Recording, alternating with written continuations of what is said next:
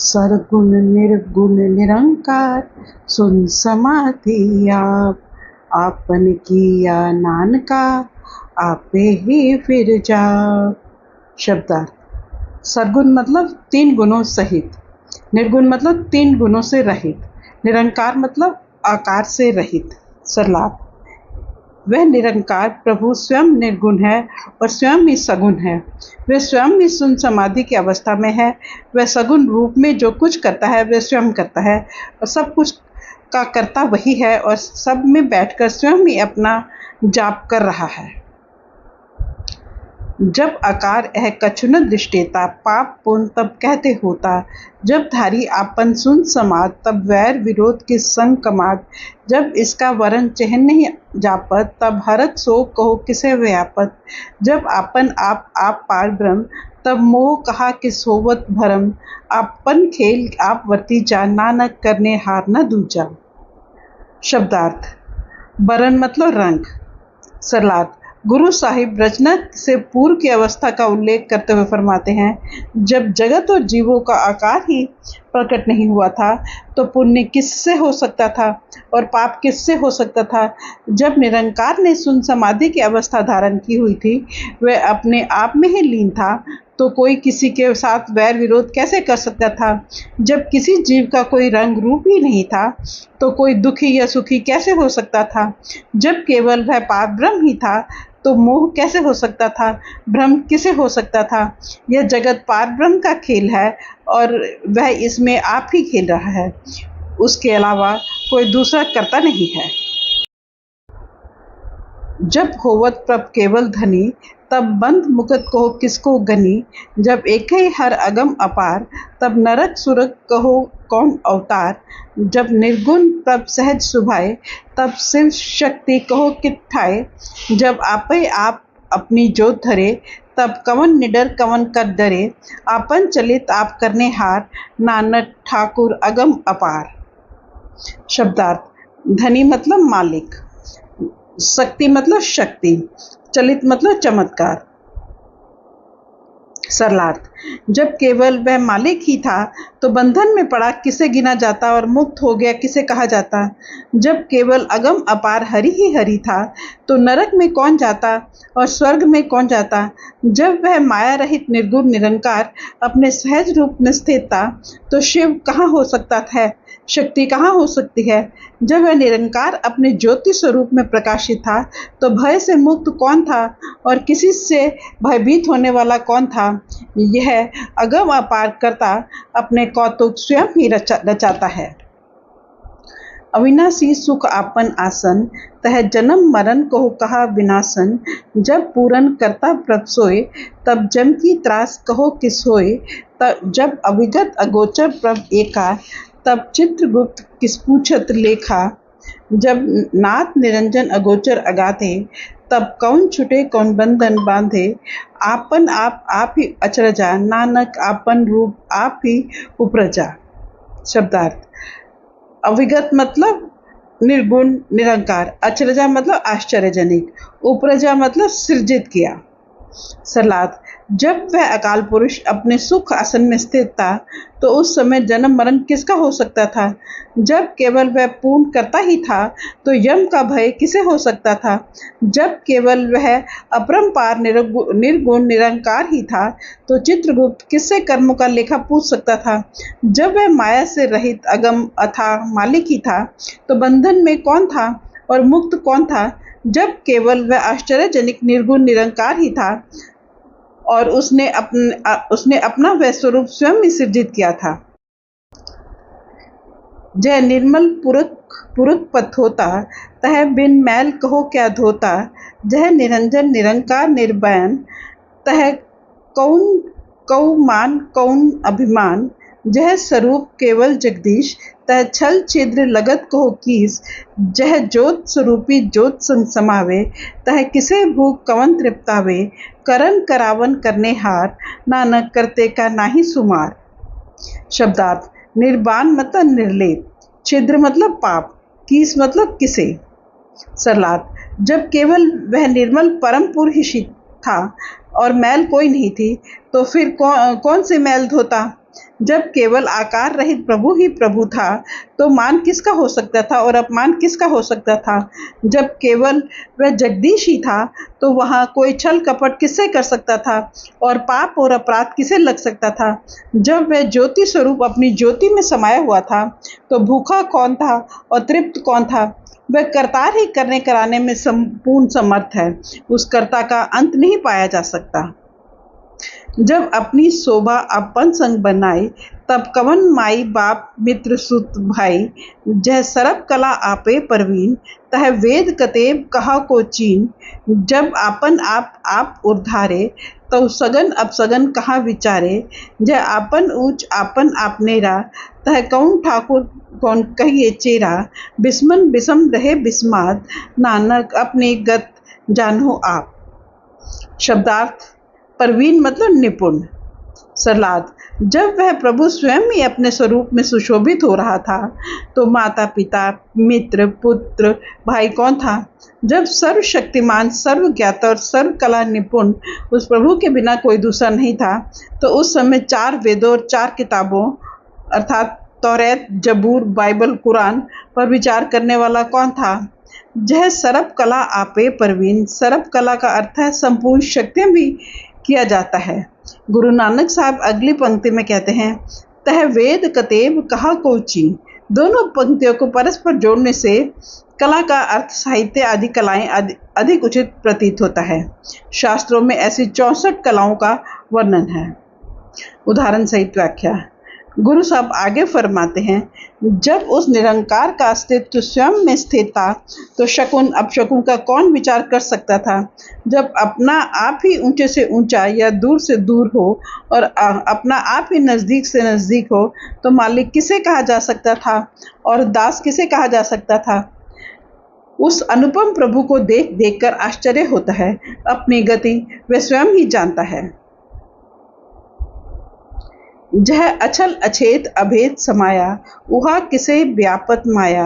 आपस को आपह आदेश तह गुण का नाही परवेश।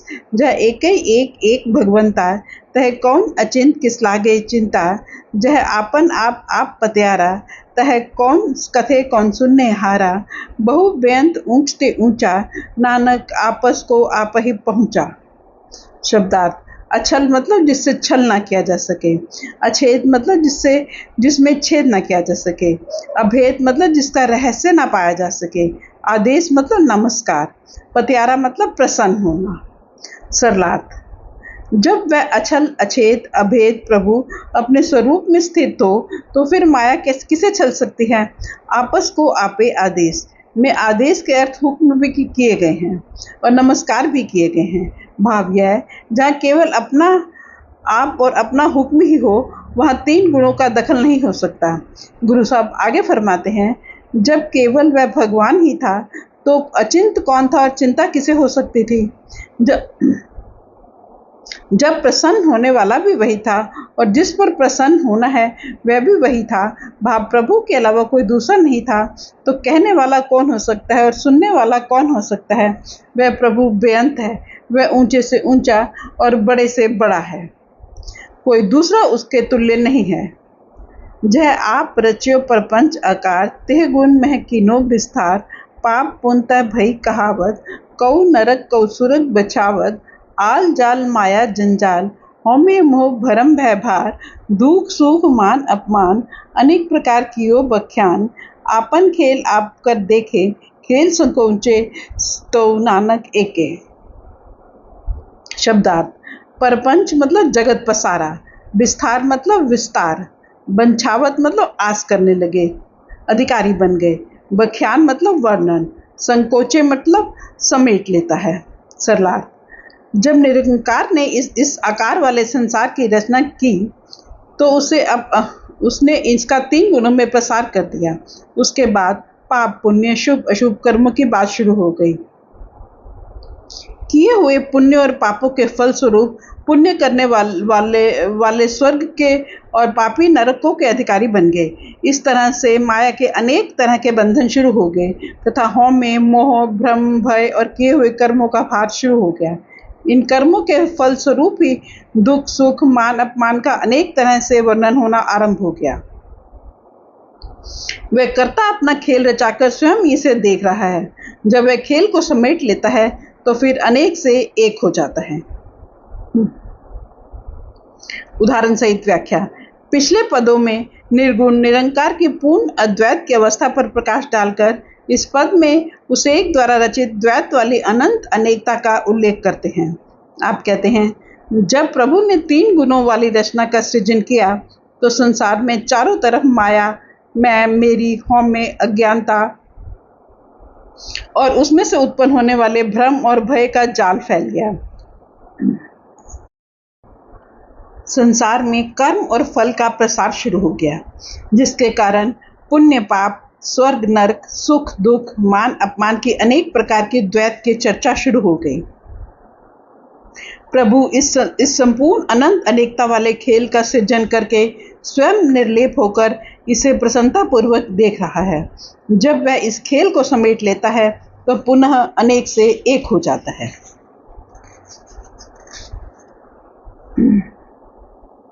जह अविगत भगत तह आप, जह पसरे पासार संत परताप, दूस पाक का आपे धनी, उनकी शोभा उन्हें बनी, आपे कौतुक करे अनंत चोज, आपे रस भोगन निर्जोग, जिस भावे तिस आपन नाई लावे, जिस भावे तिस खेल खिलावे, बेसुमार अथा अगनत अतोले, जो बुलावो त्यो नानक दास बोले।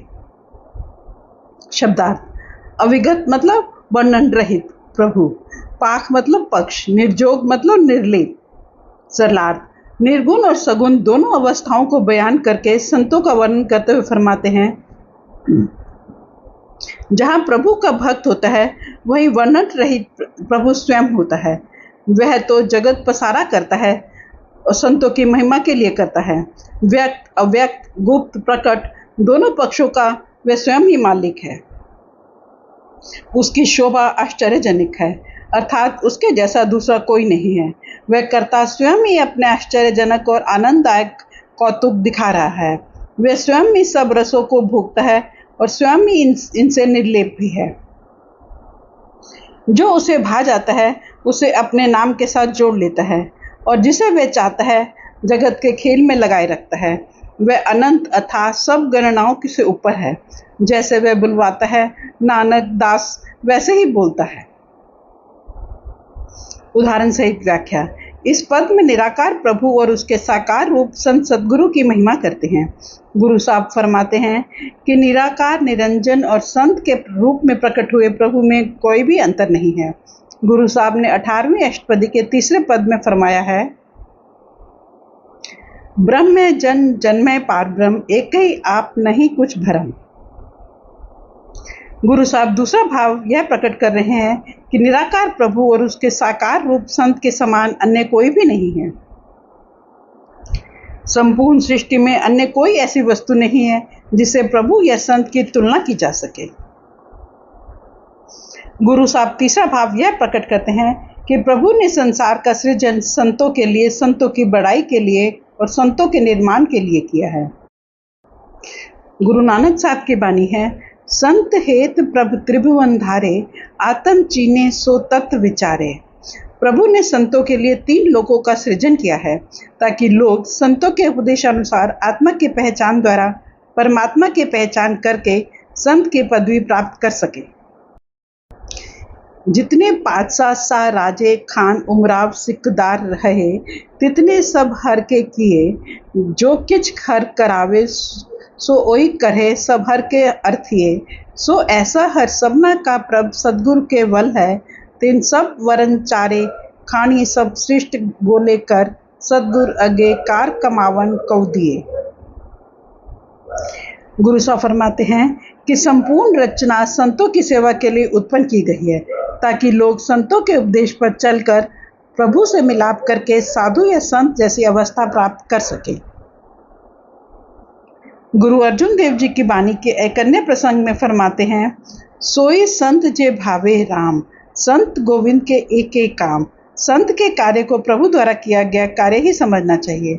जीव की दृष्टि में प्रभु का सबसे दयापूर्ण कार्य उसकी बिछड़ी आत्मा को उसके साथ मिलाना है।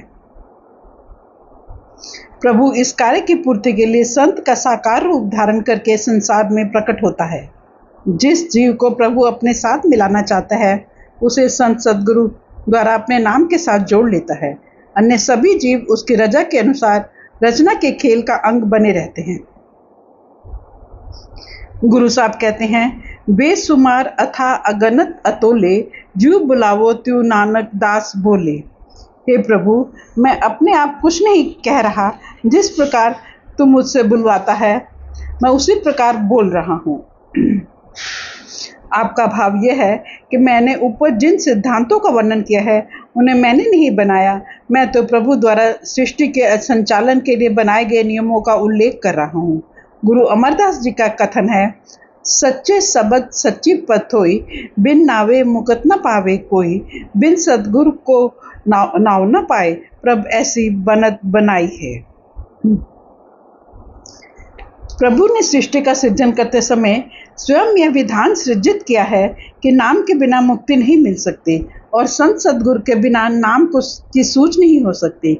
संत सदगुरु सृष्टि के सृजन और इसके संचालन का अभिन्न अंग होते हैं। उनके बिना सृष्टि की और प्रभु से मिलाप की संभावना की कल्पना भी नहीं की जा सकती। फ्रेंड्स, ये वचन राधा स्वामी सत्संग व्यास द्वारा प्रकाशित पुस्तक सुखमनी साहब में से लिए गए हैं। Thank you.